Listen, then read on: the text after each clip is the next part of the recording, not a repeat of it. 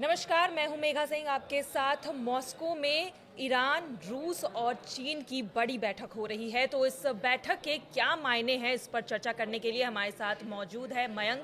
मयंक, इस बैठक को किस तरह से देखा जाए? देखिए ये बैठक जो ईरान, रूस और चीन की बैठक है, ये बैठक हो रही है एक ऐसे समय में जब अगले शनिवार को, जो शनिवार आने वाला है, इसमें अमेरिका और ईरान की न्यूक्लियर डील को लेकर ओमान में चर्चा होनी है। ये खबर जैसे ही सामने आई, उसके पहले रूस में ये बड़ी, मॉस्को में ये बड़ी बैठक होने जा रही है। और अगर इसको हम दूसरे शब्दों में अगर कहें, सरल शब्दों में अपने दर्शकों को बताना चाहें, तो इस बैठक में आज जो ये मीटिंग हो रही है, इस मीटिंग में तीन बड़ी बातों पे चर्चा होगी। पहली चीज, न्यूक्लियर डील को लेकर ईरान का क्या रुख रहेगा। और ये सिर्फ ईरान का रुख नहीं है, पुतिन और जिनपिंग दोनों ईरान के साथ मजबूती से खड़े हुए हैं कि न्यूक्लियर डील को लेकर अब अगला कदम ईरान का क्या होगा। ये पूरा खाका इस मीटिंग में तय हो जाएगा। बात नंबर एक।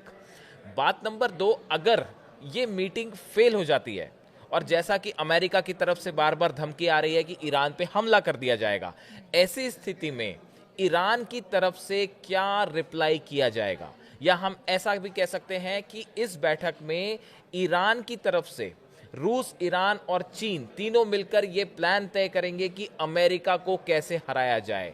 अगर अमेरिका के B-2 बॉम्बर्स अब ईरान पर हमला करते हैं या किसी तरह का अटैक होता है इजराइल के द्वारा, तो अमेरिका और इजराइल को कैसे जवाब दिया जाए, इसकी स्ट्रैटेजी इस मीटिंग में तय हो जाएगी। देखिए ये एक बड़ी गौर करने वाली बात है कि पिछले कुछ समय से, जब से ये बात सामने आई है कि ट्रम्प सत्ता में आने के बाद, लगातार ये स्पेकुलेशन चल रहे थे कि अमेरिका और ईरान के बीच युद्ध होना तय है। और पिछले एक महीने के अंदर जिस तरह से टेंशन्स बढ़ गए मिडिल ईस्ट में, और लगातार ये आशंका बनी हुई है कि कभी भी हमला हो सकता है, कभी भी अमेरिका जो है निशाना बना सकता है। उसके बाद ईरान की तरफ से, खामेनेई की तरफ से, एक तो दो तरीके से तैयारियां की गई। एक तो इंटरनल उन्होंने अपनी पूरी फोर्सेस को मोबिलाइज किया, जैसा कि हम बार बार कह रहे हैं। अपनी मिसाइल सिटी दिखाई गई, मिसाइल्स को अलर्ट मोड में रखा गया है। जो फाइटर प्लेन्स हैं वो 24/7 जो है वो टेक ऑफ पोजीशन में है कि कभी भी जरूरत पड़े अटैक किया जा सकता है। ईरान का जो डिफेंस सिस्टम है वो एक्टिवेट कर दिया गया है। ईरान ने अपने 3000 से ज्यादा जो शिप्स हैं वो ओमान की खाड़ी में और फारस की खाड़ी के आसपास तैनात कर रखे हैं, ताकि किसी भी तरह का हमला हो तो उससे टैकल किया जाए। लेकिन इसके साथ साथ अगर ये युद्ध होता है तो उसमें सबसे अहम बड़ी भूमिका हो जाएगी पुतिन की, रूस की, कि रूस इस पूरे युद्ध को कैसे देखता है और वो क्या खामेनी के साथ मजबूती से खड़े हैं। इसका जवाब है बिल्कुल खड़े हैं। पुतिन ने अपनी तरफ से ये साफ कर दिया है।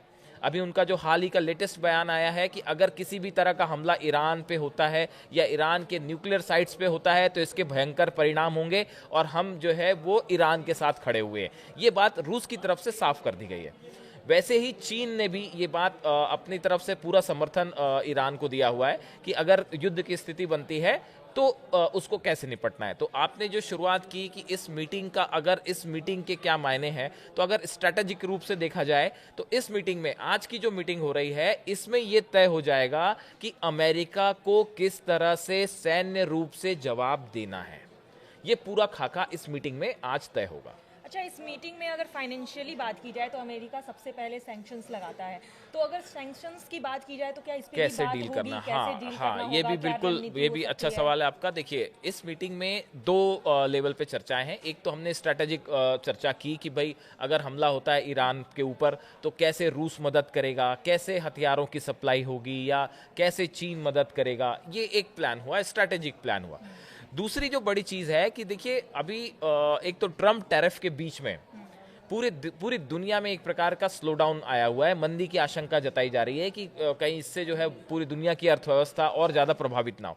इन हालात में ईरान के ऊपर अगर ट्रम्प सैंक्शंस लगाते हैं, मान लीजिए न्यूक्लियर डील जो जिस पे चर्चा होनी है ओमान में शनिवार को, अगर वो फेल हो जाती है और उसके बाद अगर अमेरिका की तरफ से ज्यादा और सैंक्शंस ईरान पे लगाए जाते हैं, तो इसमें इन हालात में रूस और चीन की तरफ से कैसे निपटा जाएगा, कैसे ईरान को मदद की जाएगी, या ईरान का क्या रुख होगा और ईरान को इन हालात में कैसे डील करना है, इसको लेके बड़े पैमाने पर चर्चा होगी इस मीटिंग में।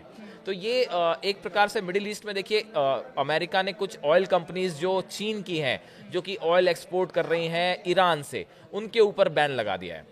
अमेरिका ये नहीं चाह रहा कि जो ईरान का ऑयल है, क्रूड ऑयल है, वो दूसरे देशों तक पहुंचे, तो उसको लेके कोशिशें लगातार जारी हैं। इन हालात में ये बेहद अहम है मीटिंग कि कैसे इकोनॉमिक एस्पेक्ट से डील किया जाएगा। अगर अमेरिका की तरफ से और सैंक्शंस लगते हैं या जो अमेरिका की तरफ से जो टैरिफ्स लगाए गए हैं, इसको लेके एक साझा रणनीति कैसे बनाई जाए।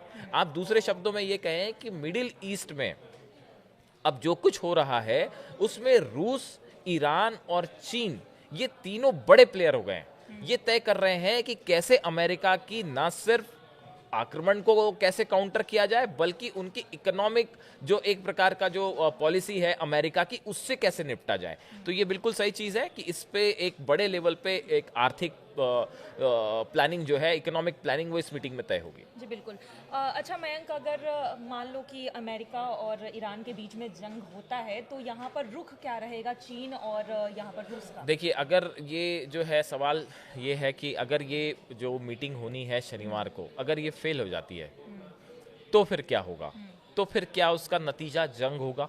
और अगर देखिए रूस की तरफ से एक ये मैसेज तो साफ दे दिया गया है कि आप ईरान पे हमला करने की बिल्कुल ना सोचें। अगर आप ईरान पे हमला करते हैं तो हम बिल्कुल मजबूती के साथ खामेनी के साथ और ईरान के साथ खड़े हैं। ये रूस का रुख है। चीन ने भी बिल्कुल साफ कह दिया है कि अगर ऐसे हालात बनते हैं तो हम ईरान के साथ खड़े हुए हैं। नॉर्थ कोरिया की तरफ से भी ये बात साफ है कि वो जंग के हालात में जो है वो ईरान का साथ देगा। तो देखिए, ये जो 3 कंट्रीज हैं जिस मजबूती के साथ ईरान के साथ खड़ी हैं, बात नंबर 1, ये एक बहुत बड़ा सपोर्ट है ईरान के लिए। ईरान के पास अपनी सैन्य क्षमताएं तो हैं ही, लेकिन बड़े पैमाने पर रूस की तरफ से मिसाइल्स दी गई हैं। इसमें कोई डाउट नहीं, इंटरनेशनल एक्सपर्ट्स ये सब बताते हैं कि बड़े पैमाने पर जो है रूस की तरफ से मिसाइल्स, बैलिस्टिक मिसाइल्स गई हैं।